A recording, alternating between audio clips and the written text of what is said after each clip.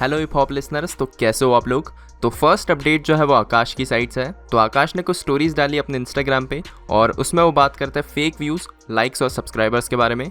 Any time I see fake views, likes, subscribers ratio, how can you expect people to take your art seriously when you yourself are faking the results?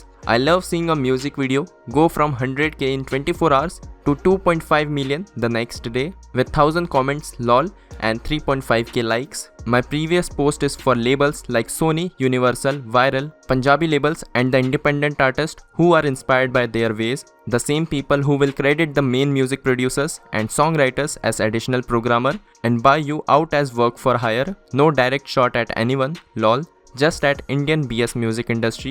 One day I will explain all this shit on Rolling Stone हक से interview. तो आकाश ने यहाँ पे fake views के बारे में बात करी है और कैसे 24 घंटे में सिर्फ 100 के व्यूज़ होता है और अगले दिन देखो तो 2.5 मिलियन या फिर उससे भी ज़्यादा। इसके बाद से आकाश ने एक और स्टोरी डाली है और कुछ ऐसा लिखा है, this is what I am talking about. और उन्होंने वो पोस्टर दिखाई है जिसमें बादशाह जो है वो वर्ल्ड के नंबर 1 सॉन्ग राइटर बन चुके हैं। तो बादशाह की बात हो ही रही है, तो बादशाह का जो पानी पानी ट्रैक है उसका काफ़ी ज़ोरों शोरों से प्रमोशन चल रहा है और बादशाह की तरफ से ये पोस्ट आई थी, आप लोग देख सकते हो। नेक्स्ट अपडेट की तरफ बढ़ता है। तो ये जो अपडेट है वो बेला की साइड से है। तो जैसे कि कल मैंने आप लोग को बेला की स्टोरी दिखाई थी और बेला ने बताया था कि 7 दिन में उनका कोई सा ट्रैक देखने को मिलेगा होम एल्बम में से। तो काफ़ी कंफ्यूजिंग स्टोरी थी क्योंकि वहाँ पे होम एल्बम लिखा था, तो सबको ऐसा लग रहा था कि पूरी एल्बम ड्रॉप होगी। तो बेला ने ये चीज़ क्लियर करी और कुछ ऐसा लिखा, no obviously I am not dropping the whole album but I promise you are going to see a different thing for sure. Like always, just 7 days. Deja Vu official music video. तो Deja Vu नाम का एक गाना आने वाला है बेला का, तो इसके लिए आप लोग वेट कर सकते हो। तो अगली खबर जो है वो एमीवे की साइड से है। तो एमीवे का जो अगला गाना होने वाला है उसका पोस्टर ड्रॉप हो चुका है और गाने का नेम है जवाब दे और इसका म्यूजिक प्रोड्यूस करा है आकाश ने। तो एमीवे ने जब ये पोस्टर ड्रॉप करा था तो उसके नीचे लोका और दानव का कॉमेंट आता है। तो लोका जो है वो कुछ ऐसा लिखता है, सबको जवाब मिलेगा, और दानव लिखता है भाई मार देगा किसी को बचो बेंचो। तो हो सकता है ये जो ट्रैक है ये किसी के लिए रिप्लाई ही हो, मोस्ट प्रोबेबली कृष्णा को। इसके अलावा एमीवे और रफ्तार से रिलेटेड एक अपडेट है। तो रफ्तार की अभी एक क्लिप वायरल हो रही है जिसमें वो बात करते हैं एमीवे और रफ्तार की जो कंट्रोवर्सी थी उसके बारे में। तो रफ्तार ने उसमें शुरुआत से बताया हुआ है कि वो कैसे एमीवे से मिले और कैसे उनके बीच में चीज़ें बिगड़ी। तो यहाँ पे आप लोग वो क्लिप देख सकते हो। On the scene lately, what has been your feud with Emiway till now? Tell us about it. What happened? So basically this was this kid who used to send me songs on my DMs. So he dropped a song which was a really nice song. So I hit him back saying, bro, this is a good song, because he had already texted me a lot of times. This is when I was responding. And he happened to be somebody I know, like Mufad, his friend. मैंने कहा अच्छा है यार, and if you've seen me all this while, I like to push talent. वैसे ही मैंने उसको भी contact किया, मैंने बोला कि हाँ ब्रो मैं आ रहा हूँ बॉम्बे, मैं मिलता हूँ तेरे को। He came to meet me and उससे पहले I was already sharing a lot of his songs and stuff. जो मेरे को मिला था उसने मुझको एक गाना सुनाया, मैंने कहा गाना बहुत अच्छा है। Not saying कि I was pushing him whole soul, but I was doing what I had to do on the side. He used to appreciate me a lot. गाने में भी उसने मेरा नाम लिया है कि देसी में गाता रफ्तार, उसको सुन के हुआ मैं तैयार in his own song. And from there जिस दिन मिला उसने रैप सुनाया, मैं उसको वहां से सीधा स्टूडियो लेके गया। स्टूडियो में उसके गाने का मैंने उसका थोड़ा सा वर्स लिखा और अपना पूरा वर्स लिखा। हमने रिकॉर्ड भी किया। रिकॉर्ड करने के बाद था कि इसकी वीडियो शूट करनी है, तो उसी टाइम रोडीज और ये सब चल रहा था हमारा, तो उसमें मैं बिजी हो गया। I went that far and I am a signed artist to a label and we don't get to do all these things for everybody, right. मैं वो सब छोड़ के कि मैं लेबल पे हूँ, हम इतना चार्ज करते हैं फीचरिंग का, कोलैबोरेशन का, हम फीस रखते हैं, एक सेट फीस होती है। वो सब कुछ भी हटा के मैं उसके पास बैठ के मैं उसको बोल रहा हूँ कि मैं तेरे साथ गाना करूंगा यार, if it helps you, because I would love to, no problem. वो गाने में थोड़ा डिले हो गया और वो उसके दौरान मैंने उसको कई बार प्रमोट भी किया, उसको शो पे भी लेके गया, अपने शोज पे गया, मेरे साथ दिल्ली में भी गया है। In fact I offered him a contract, if you want कि मैं तेरे को पुश करूं या तेरे को प्रमोट कर सकूं, if you want somebody to invest in you is the right word, but this doesn't mean that अगर आप हमारे साथ साइन होगे तभी मैं आपके साथ गाना करूंगा। तो it was not the intention. He took it like कि I wanted to sign him because I want to own him और तभी मैं उसको पुश करूंगा।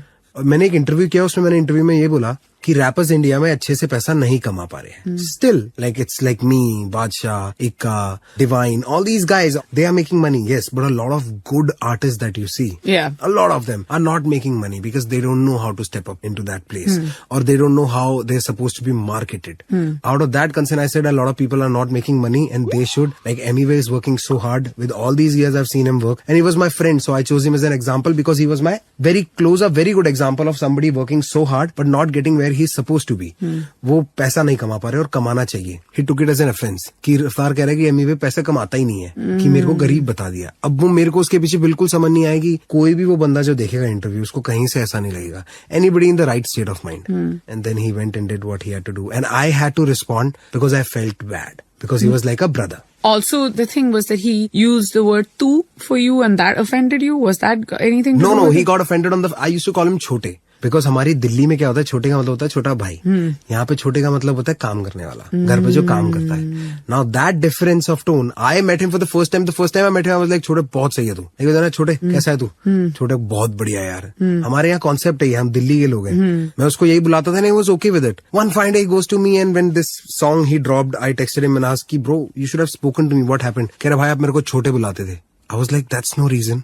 हमारे यहाँ उम्र में छोटे लोगों को छोटा ही बुलाते हैं. So after that, he did the first diss track. Yeah. Then you did one.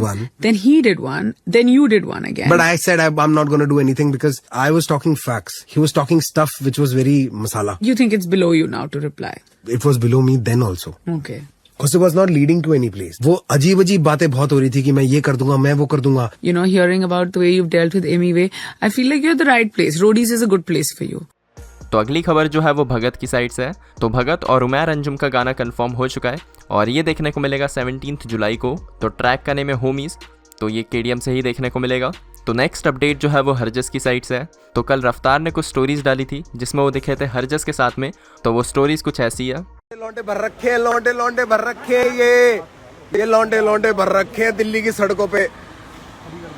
भाई ये तुमने वैक्सीनेशन करा लिया तो मतलब तुम पागल हो गए हो. दो डोज. ये वैक्सीनेशन करा के बिल्कुल चीते हो रखे हैं. लगता है हरजस वापस कलमकार में आने वाला है. हरजस ने कलमकार क्यों छोड़ा, आज की खबर में आप जानिए. आत्मनिर्भर मतलब इंसान एक दूसरे को प्यार से मिल नहीं सकता है ना, मिल ही नहीं सकता. आपका प्यार है तो हरजस क्या कलमकार. नेक्स्ट अपडेट की तरफ बढ़ते हैं. तो ये जो अपडेट है वो शेटी सा और रॉप्सी की साइड से है.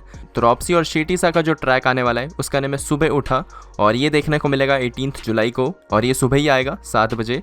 तो अब बात कर लेते हैं नेस्टी निंजा के बारे में. तो रॉकी गोरखाली, मैड प्लग और नेस्टी निंजा का काफ़ी जल्दी ट्रैक आने वाला है और एक बड़ी अनाउंसमेंट करने वाला है नेस्टी निंजा काफ़ी जल्द. तो उसके लिए इंतज़ार करते हैं.